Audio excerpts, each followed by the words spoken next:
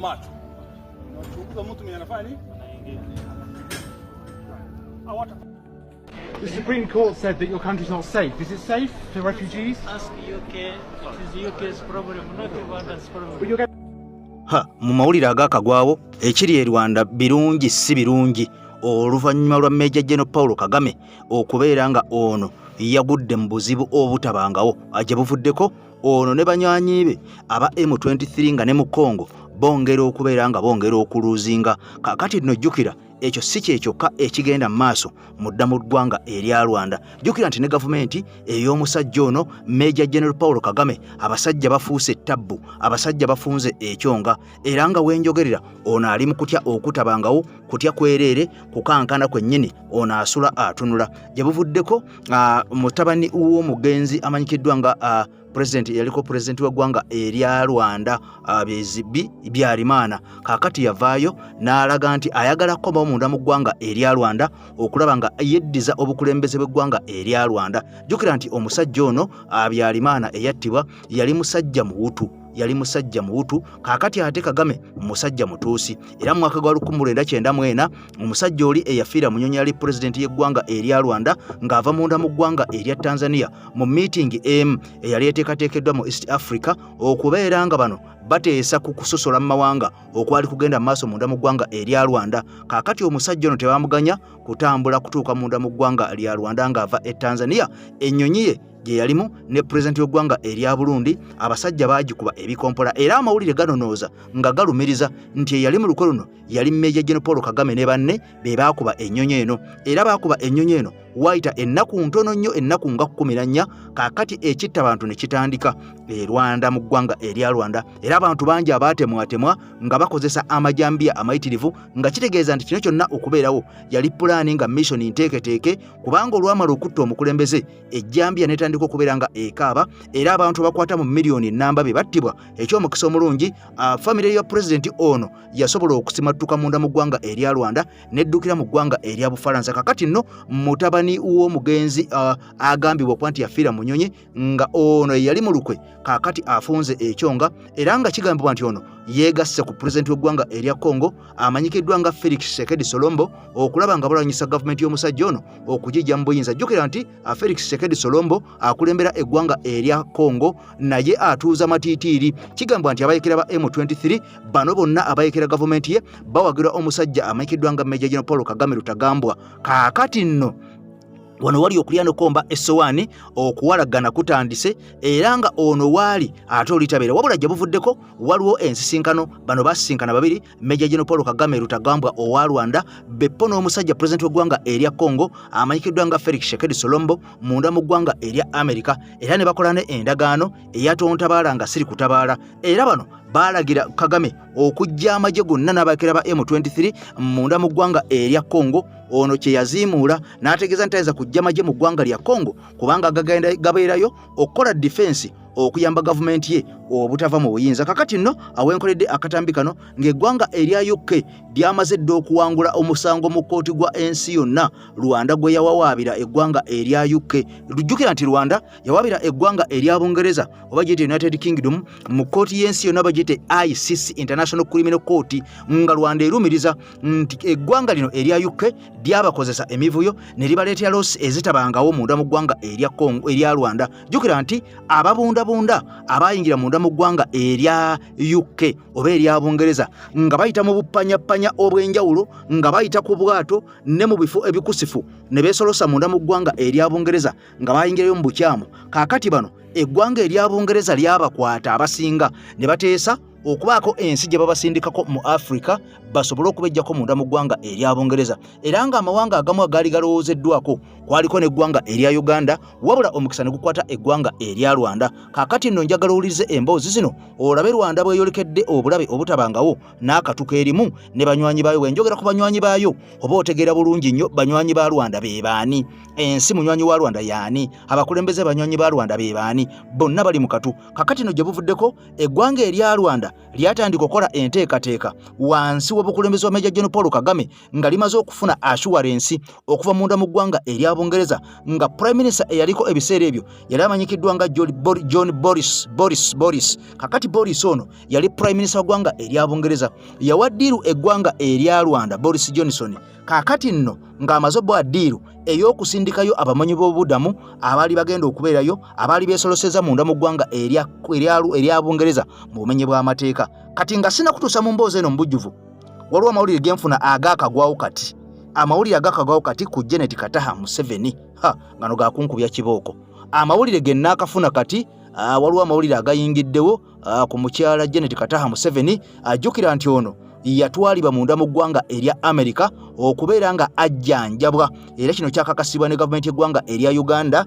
General Museveni yabyogerako ng'ayita mu mukyalo oli afande Nalweyiso n'akakasa nti kituufu mukyala we baamutwala nga taasulewo taasibawo yali ku mumwa kati okuva olwo amawulire gaasirika era abantu abamu ababyanguya ne batandika okubeera nga babika omukyalo ono naye nga tekyali official nti yali afudde kaakati nno okufa kw'omuntu oba okukomawo kw'omuntu kwonna kuyina kulangirirwa gavumenti yennyini officially nga kitegeeza nti amawulire ago gonna gaali mafu agaali gakwata ku Janet Kataha Museveni tetuyinza kubeera nga tugakuba wano nti matuufu kati waliwo agaakayingirawo genjagala obeere nga otegeera wabula kansooke nkuzeeko e Rwanda tumalirize ag'e Rwanda wabula nga n'amawulire amalala wangi nnyo. Mariam Wangadya ono yakulira akakiiko akalya eddembe ly'obuntu munda mu ggwanga erya Uganda ayolekedde akatu General Museveni si birungi nga bwe nkutegeeza ne munywanyi Major General Paul Kagame kyokka nga mu National Unity Platform ababaka ba NUP bano bawereddwa amagezi okutandika okwekalakaasa. Lwaki beekalakaasa bakulembera abantu beekalakaase lwaki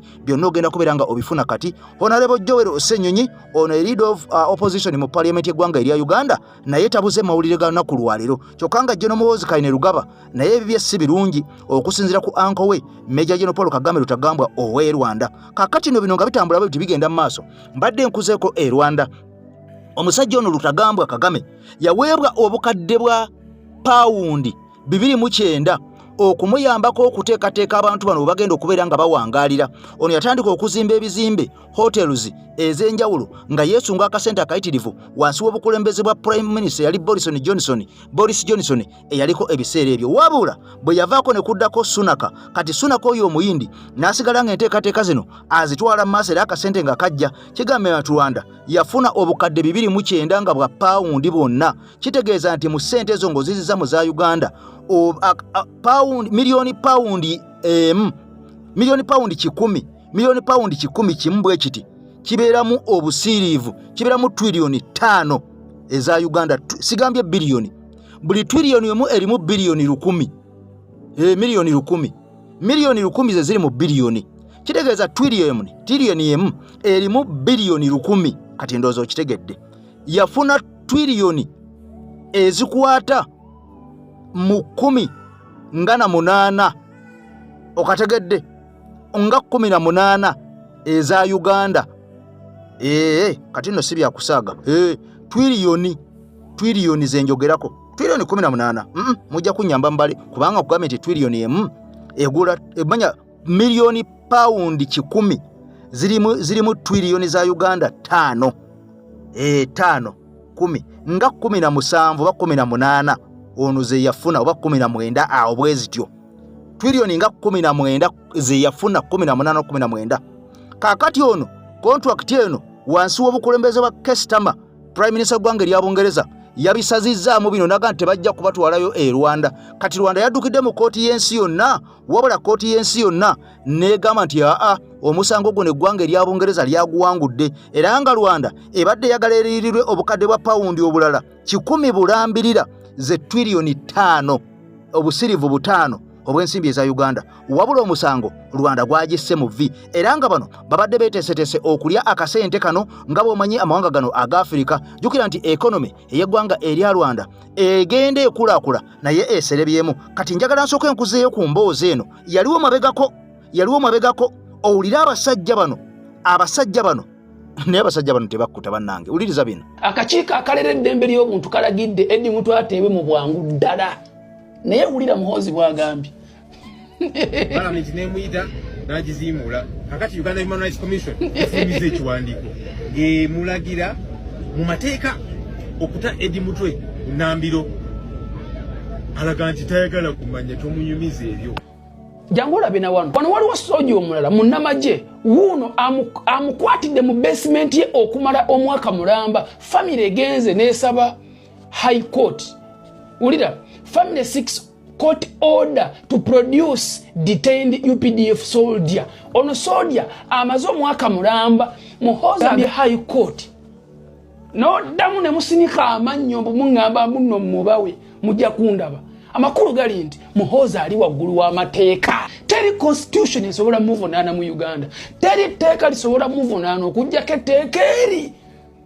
Article 3 eragira bannansi okusituka bateeke abakulembeze abeetadde mu buyinza abatagoberera nfuga y'amateeka we bajja.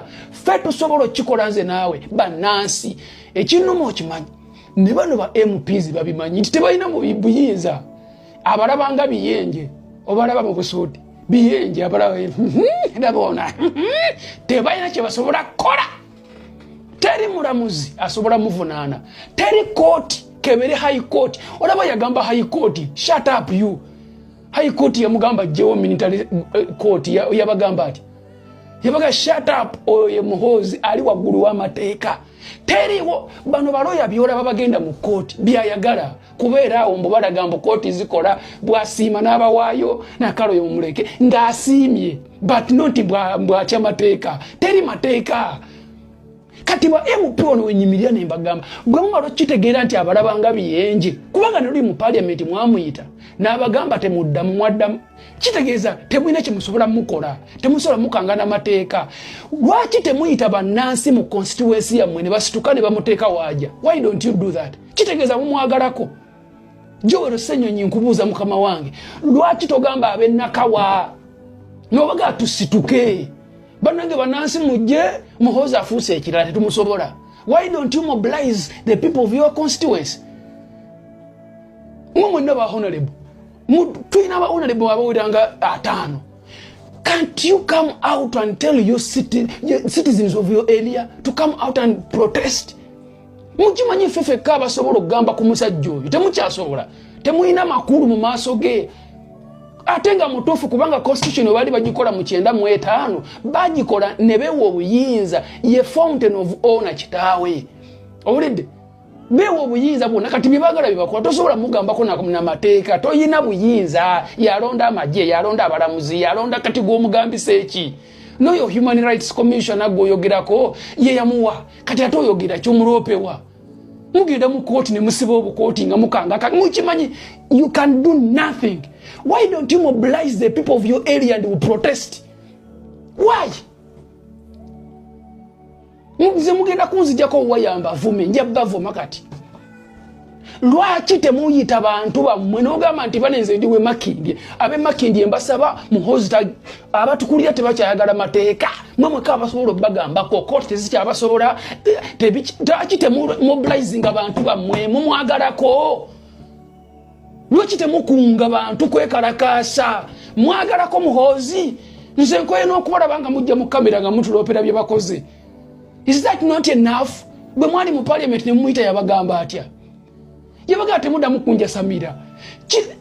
Tayebwa n'abagamba we can only do one thing in parliament kwasama. That is it. Honorable Tayebwa yabagamba nga mulopera Muhoozi.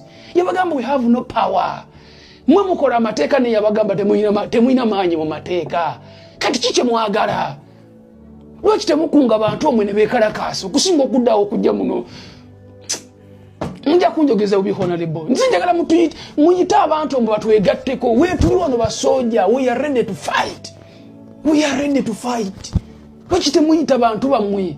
Lwaki temugamba bantu bammwe nemu?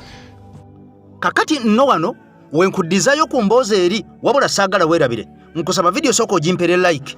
Video soko jimpere like. Esobola okubeera nga information etambula bulungi nnyo buli munnansi agirabe.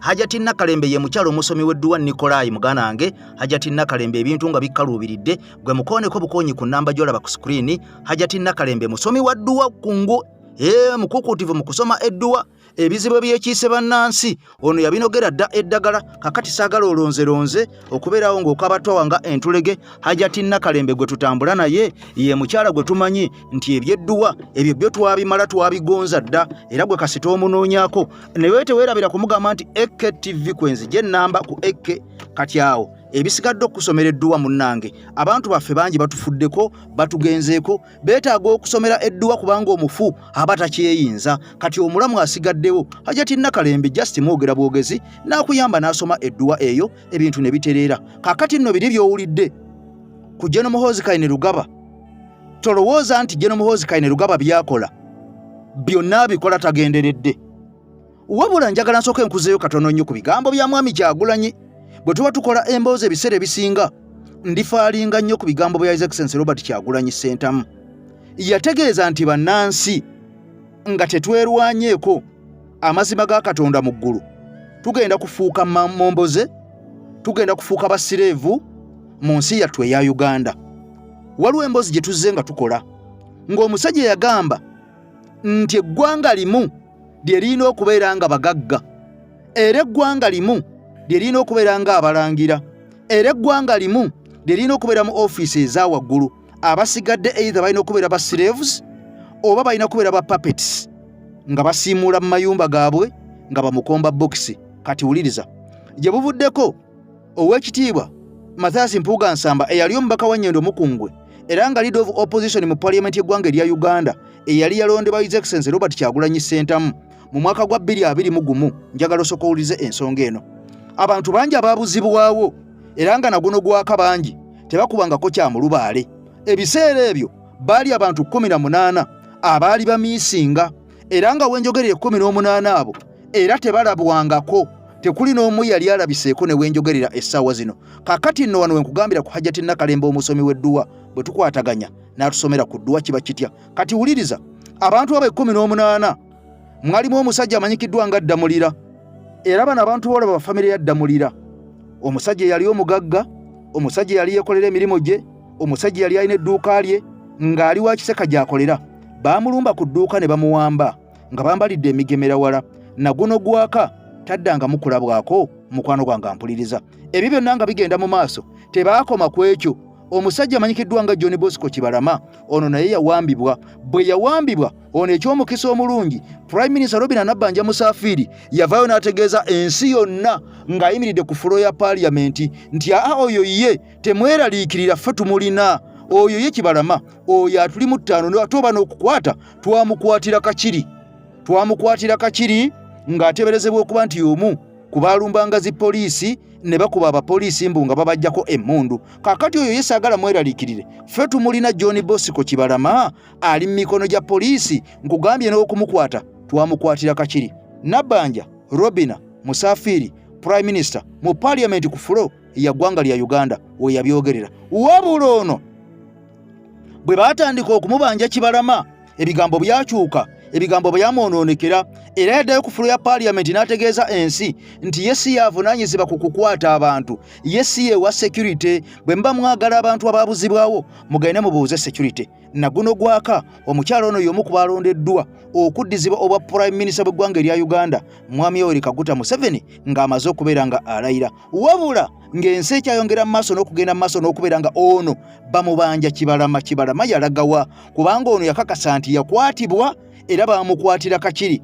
bwe kiba nga baamukwatira kakiri nga baamukwata bannabyabufuzi be bakuuma ddembe abaffe baamutwala mu basement ya kika kijatava abaffe ono baamutwalawa omusajja baamutta era bino byonna nga bigenda mu maaso nga mukyala wa Kibalama John Bosco atambudde obwoya bumugwedde ku ntumbwe mukazi wattu yatuuka n'okubeera nga afa okufa okwaddala n'aziikibwa mu bitundu by'eyo mu Western Uganda n'afa n'aleka abaana be abato ddala n'aleka abaana emmomboze nga ne kitaabwe yawambibwa ku mulembe guno ogwa Mwami Museveni gavumenti ya Mwami Museveni yennyini nga ye yamuwamba okusinziira ku Prime Minister Robinah Nabbanja Musafiri nga bwe yategeeza nti ffe twamuwamba ffe tumulina kakati ono yabuzibwawo n'abalala bangi abagenda mu maaso n'okubeera nga babuzibwawo era n'abalala bangi abali mu incarceration abali mu makomera naye ng'obwenkanya tebalina abalala bangi baafa battibwa tulaba malaalo tulaba bijja tulaba ntaana naye ng'ensonga eyabassa bw'oginoonyaawo nti nkuukutivu esobola okubeera nga ekubula kati mu mboozi zaffe ez'olunaku olwaleero ampuliriza bano baganda baffe gino mikwano gyaffe bano bakadde baffe bano bantu baffe kyova olaba tetuyinza kubeera nga tubeerabira era ebiseera ebisinga bwe tukola emboozi nga zino tugenda ne tubasabirako nga boolaba ne tugenda mu makyaki ne tugenda mu mizikiti ab'omu basaba magala ne bagenda okuwongayo eri Mukama Katonda abantu bano baba nga baafa emyoyo gyabwe giwummule mirembe baba nga abaabula basobole okukomezebwawo Hajati Nakalembe yeetaaga edduwa. Salaamu alaikum. Hajati Nakalembe omusomi w'edduwa. Bw'oba wenyiyo embeera embi yankusomere ku dduwa.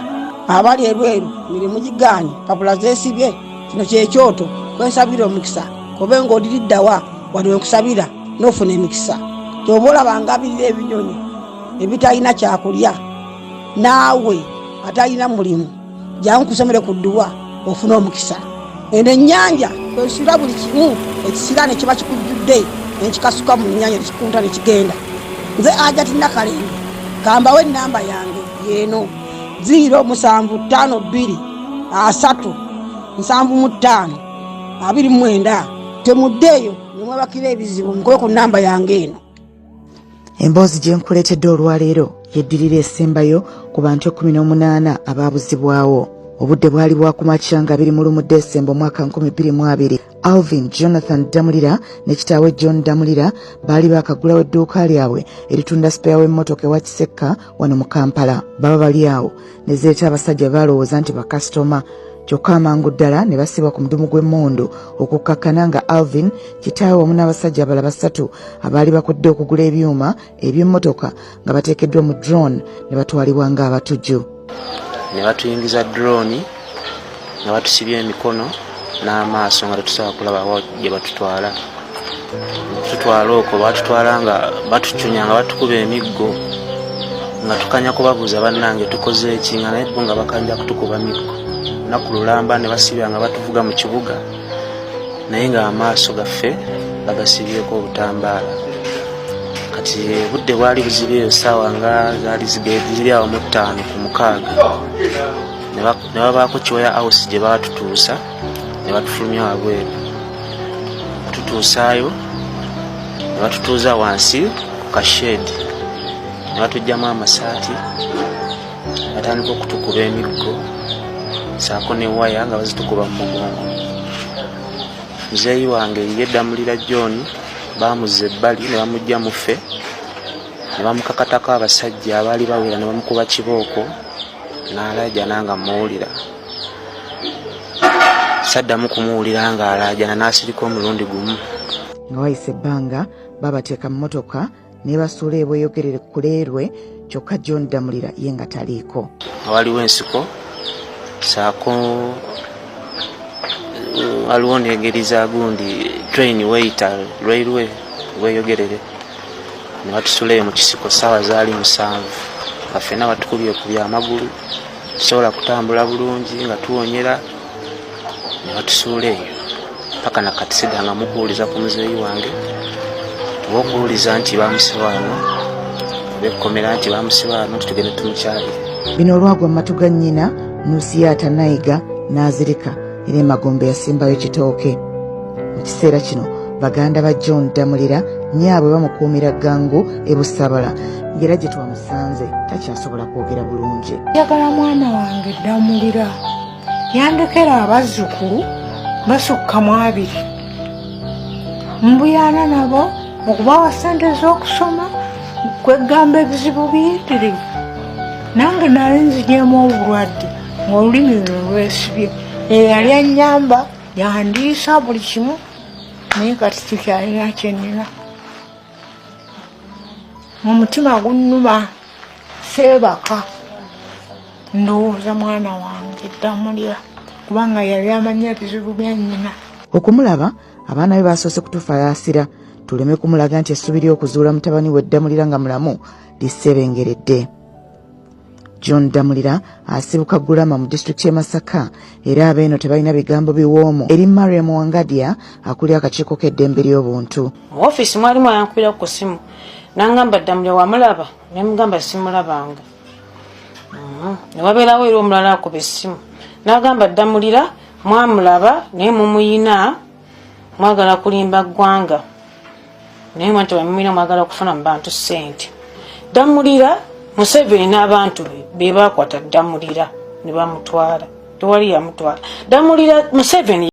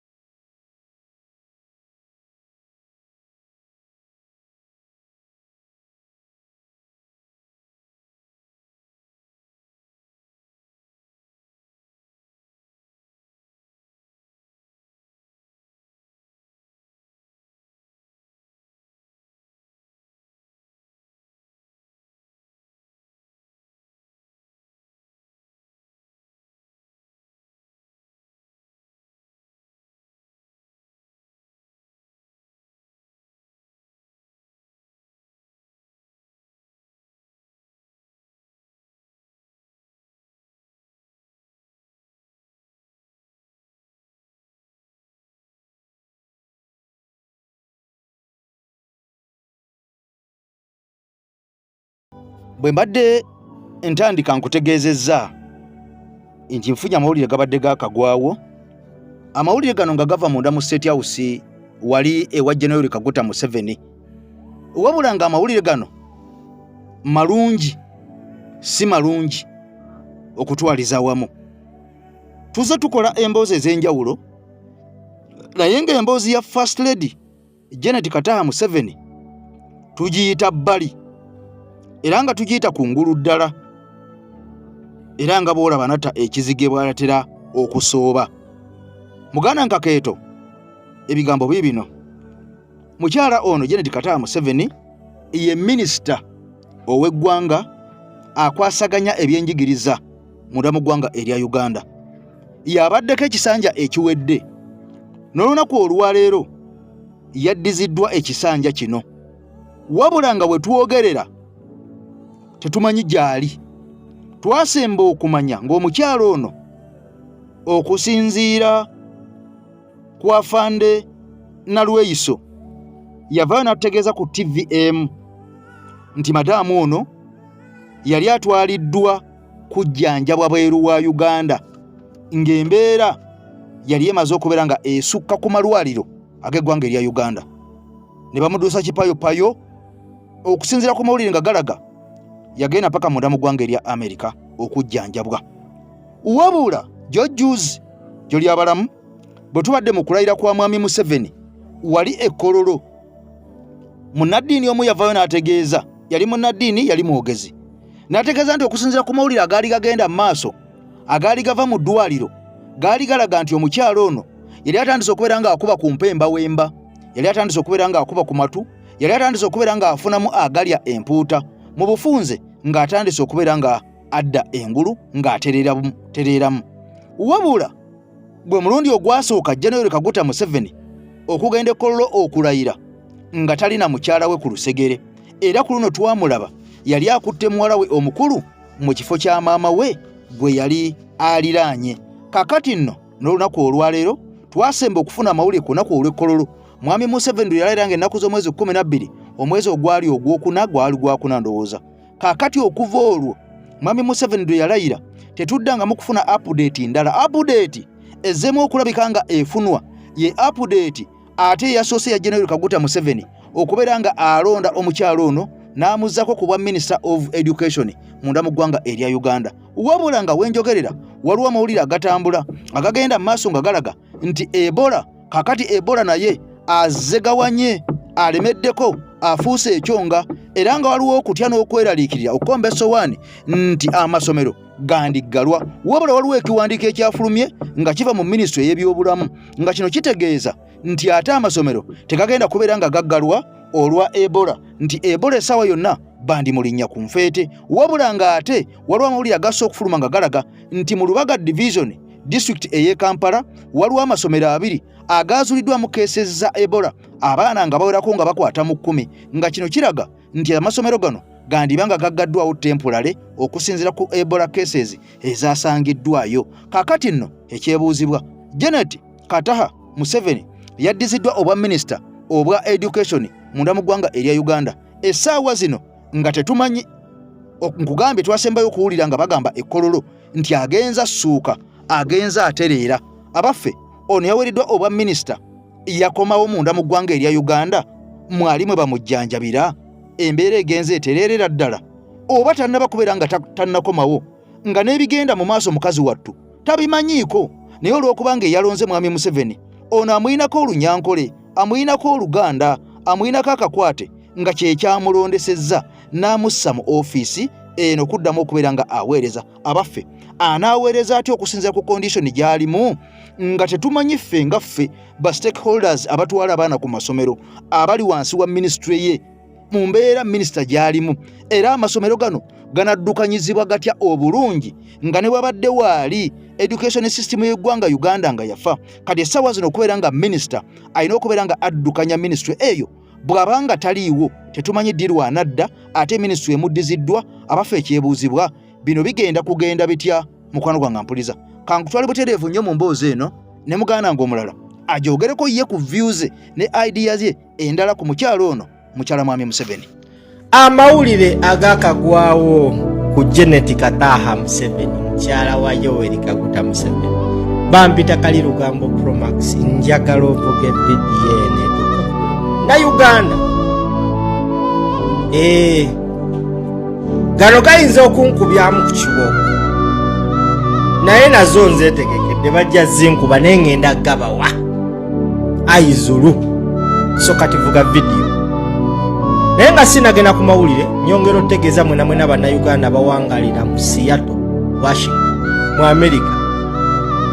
Mwena bawangalira mu Seattle, omukulembeze w'eggwanga omulonde His Excellency Robert Kyagulanyi Ssentamu mu Bobi Wine agenda kubeera mu kitundu kyammwe ennaku z'omwezi nga 17. So Washington chapter eyita buli munnankyukakyuka yenna okujja okubaawo ennaku z'omwezi nga 13 mutegeezebwa okubaawo, ate omukulembeze abeere ng'abaako ebigambo ebyenkyukakyuka ebyameenunula byabagamba. Kati tugenze mu lutalo. Oluvannyuma lwa Mwami Museveni okulonda ba ministers, mu lisiti eyafuluma mwalabikiramu mukyala we Janet Kataha Museveni ng'amuddiza ekifo eky'obwa minisita w'ebyenjigiriza n'ebyemizannyo kyabaddemu. Bassebo ne bannyabo, ssemateeka w'eggwanga Uganda Article 113 of the 1995 Constitution awa Mwami Museveni obuyinza okwapointinga cabinet ministers ne ba ministers. Ate ssemateeka y'omu awa parliament y'eggwanga Uganda oku-approvinga abo ba ministers Museveni ba appointinze. Tuli ffenna kagenda baka wanvumuko naye njagala okawo obudde. Olalo bannayuganda babadde balina emboozi ze batambuza gye bavuga ku mukutu nti omukyalo ono yandibanga tali bulungi. Era amawulire Museveni ge yavayo n'akonfaminga nti Janet Kataha Museveni tali bulungi naye mumusabire asuuke. Newankubadde nga bannayuganda bo bakyongeramu supiidi ne bagamba nti yakwata liri ekintu kye tutalinaako bukakafu nga wano ffe ku mukutu gwa Varsity Range 256 kali lugambo Promax. Now here comes the cabinet ng'omukyalo n'alabikiddemu. Walabikiramu abantu bagamba yes tugenda funa ku mazima olwaleero oba omukyala ali bulungi oba ali ayina waba nga bamutadde mu cabinet ayina okujja mu parliament okumwaprovinga nga parliament we approvinze first vice president ne approvinga prime minister ne approvinga n'abalala ebe ina okwaprovinga omukyalo ono. Bassebo ne bannyabo, omukyala yajiddwa okubeerawo mu meeting ya vetting teyalabiseeko ogwokubiri. Naye bannaye tumanyiddwa MPs reportedly insist on First Lady Janet physical attendance of vetting committee. Okusinziira akatukuku ke tufuna omukyala ategeezezza aba parliament mugenda kundabira ku mukutu ogwa Zoom. Kati njagala owulirize emboozi wano bakugamba, njagala opaying attention osobole emboozi eno gifunamu ekinyusi. Bakugamba wano Miss Museveni was supposed to be among the first ministers to be vetted on Monday olunaku olw'eggulu with her slot at 10 a.m. But committee members reportedly objected to the Zoom agreement. Yabadde alina okujja mu meeting ku Monday bamuveting olunaku lw'ejjo, naye abali ku komiti ku kakiiko akavetinga basazeewo nti tugenda kukola Zoom arrangement.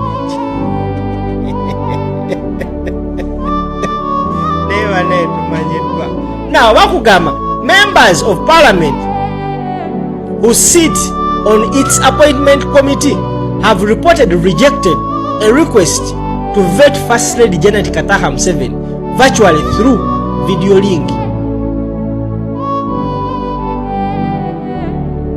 The committee yesterday Monday started vetting ministers who were proposed by Museveni last week.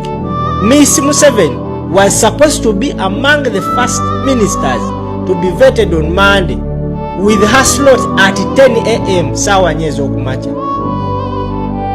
Former Chira municipality MP Semjunganda claimed Tuesday morning that committee members objected to the arrangement despite attempts by Jacob Olanya Oboth to pursue them. Honorable Janet Kataha Museveni once again requested to be vetted on Zoom, but committee members objected. Speaker Oboth tried twice to pursue members but failed the former MP.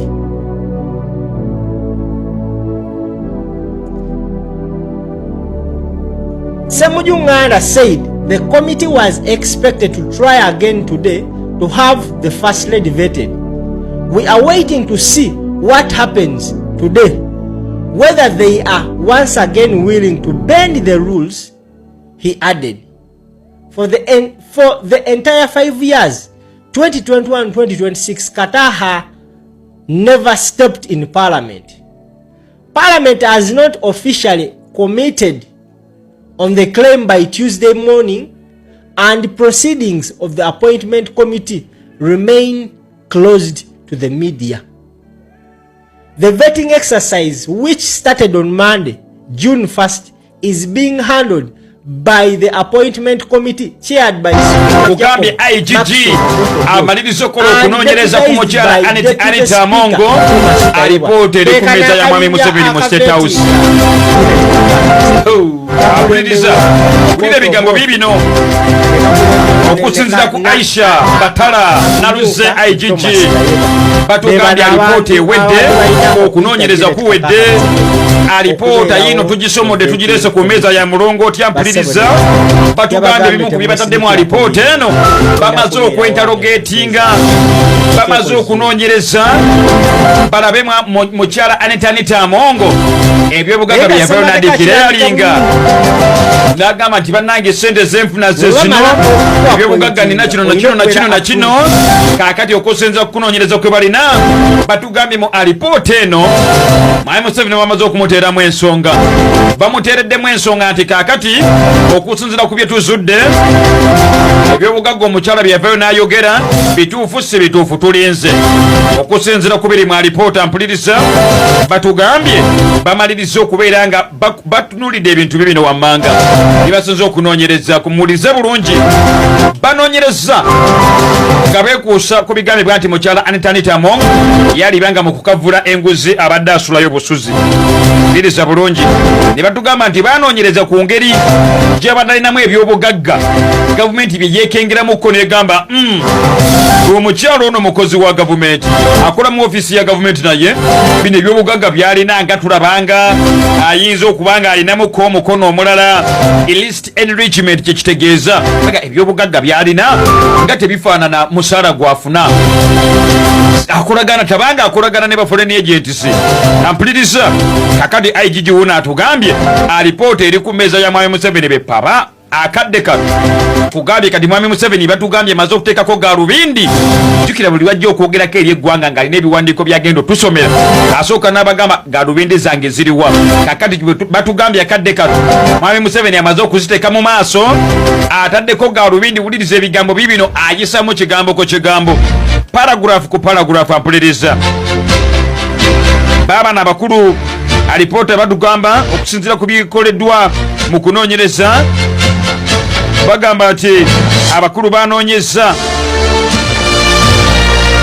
mu bifo ebyenjawulo omuli Kampala, Wakiso, Bukedya, era muno mwe bagenze maaso n'okubeera nga baliko emmotoka ze baayodde eziwerako eza mukyala Anita Amongo, nga n'emmotoka ekika kya Rolls Royce bukadde biliyoni 4 n'obukadde 400 zebalirirwamu, yemu kuzaamu zaalidde enyampuliriza.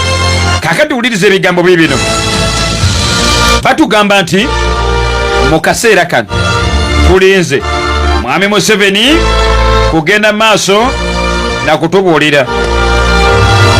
Ripooti egamba ki?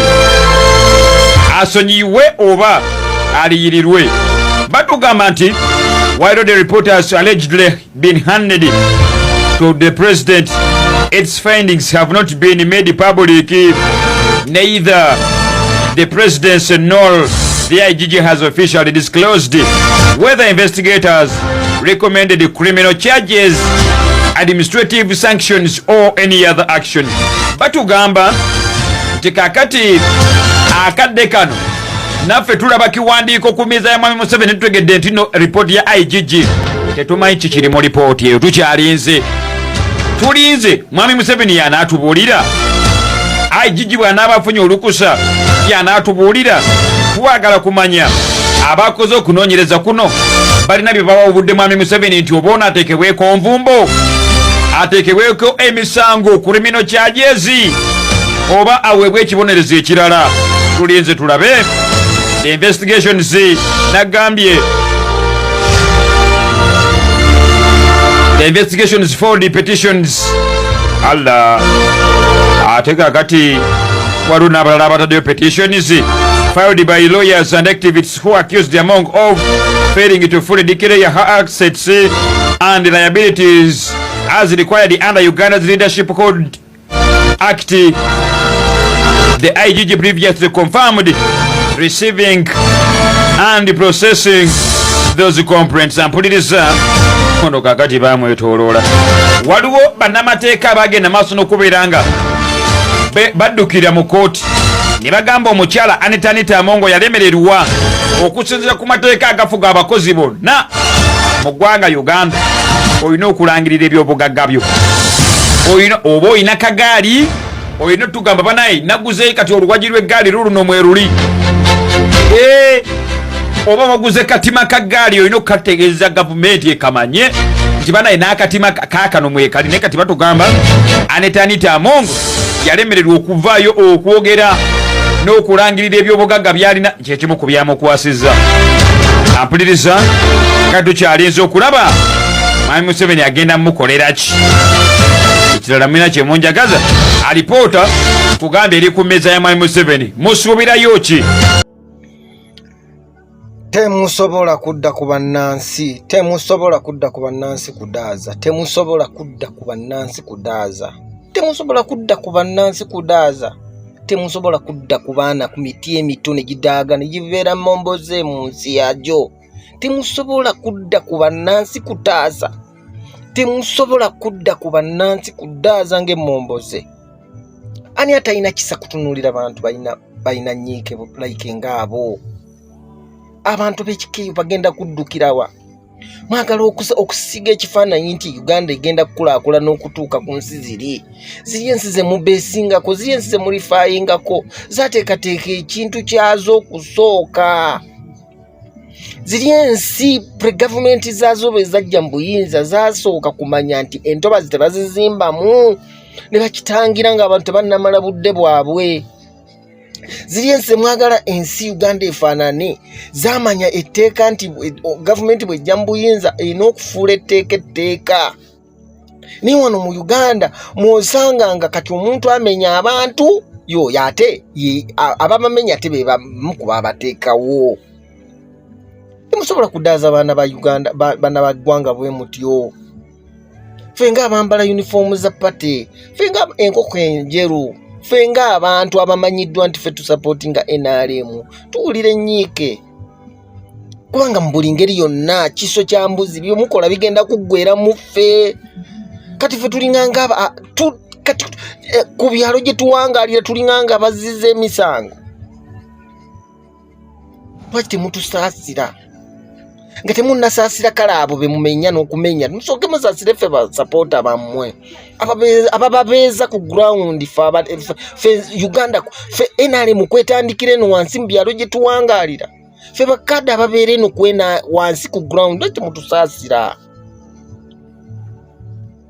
Lwaki mutusibirira entanda embi? Lwaki mutugobereza ekibi ekisikire? Abo abaana abakaaba mu maziga ago bwe mutyo naye ddala mmwe mulaba wa gye bagenda okulaga kigenda kuggwerawa. Gw'omanyi nti ogenda mumenya leero enkya bukye ng'akyerabidde tagenda kyerabira. Nga bwe mwalaba abantu be baasikiza Obote embwa mumulowooza nze saalaba ku bikolobero Obote bye yakola naye nalaba nga babasikiza embwa. Saaliwo ku mulembe gwa Amini nawulira nti waliwo abantu abaalisibwa Sabatu eyo nabaalinga oba oli awo baagala kuteeka nkulaakulana mu bibuga. Naye abantu tebeerabira okalya ddaka ddadda envunyo ogiriira mu butike kulinda ne kusanga mu ttaka. Wallahi mukulembeze wa kika kyoyo atatunuulira baana b'abantu abadaaga bwe batyo ku masitwiti. Mukulembeze wa kika kyoyo atamanyi ti abantu bano be mumenyera amayumba ne badda ku street bagenda creatinga suicide. Lwaki mwagala abantu batutunuulire ng'abalabe baabwe batuyiro batandike n'okupulaningira ffe batutabulire obutwa tufiire mu mayumba ng'emomboze nga batulangira okuwagira NRM nga batulanga okuwagira gavumenti ebazizza emabega. Tosobola kuŋŋamba nti omuntu omumenyera ekizimbe kyekyo wallahi ekintu ne kiva ku mutima bannaye basajjamu kiki. Lwaki ffe tulaajana ne tubalaajanira ne mutawuliriza? Mwandibadde kale wakiri musaasira ffe nti abantu baffe kubanga kiso kya mbuzi kirekerere yasazeeko obulago ne kitunuulira abaaga basajja ba Katonda. Abantu mwakamala bamenyera bizinesi zaabwe tebannabako we babadde ate kati mumenya mayumba gaabwe. Uganda tegenda kukulaakulana leero. Uganda tegenda kuggwawo leero. Uganda yaliwo nga temunnamaawo weeringa weemuli wallahi Uganda egenda kubaawo nga temuliiwo. Uganda yabaawo nga tetuliiwo weeringa weetuli. Uganda egenda kusigala nga weeri nga tuvuddewo. Mukoleko kye mukoze mugende n'abalala bajje. Lwaki mukaabya abantu amaziga wema? Ayi Allah, lwaki totaasa duniya yo? Lwaki totaasa abantu bo?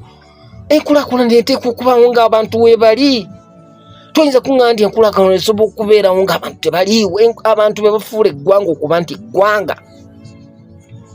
Abantu bwe baba tebali mu ggwanga tosobola kubeera nga wooli. Ne gavumenti yennyini even magye oba kiki buli kintu kyonna kifuuka ekyobuvunaanyizibwa nga waliwo abantu. Bwe watabaawo bantu tewali kintu kibeera kya buvunaanyizibwa. Lwaki temuwuliriza miranga gy'abantu ababaka bwe batyo?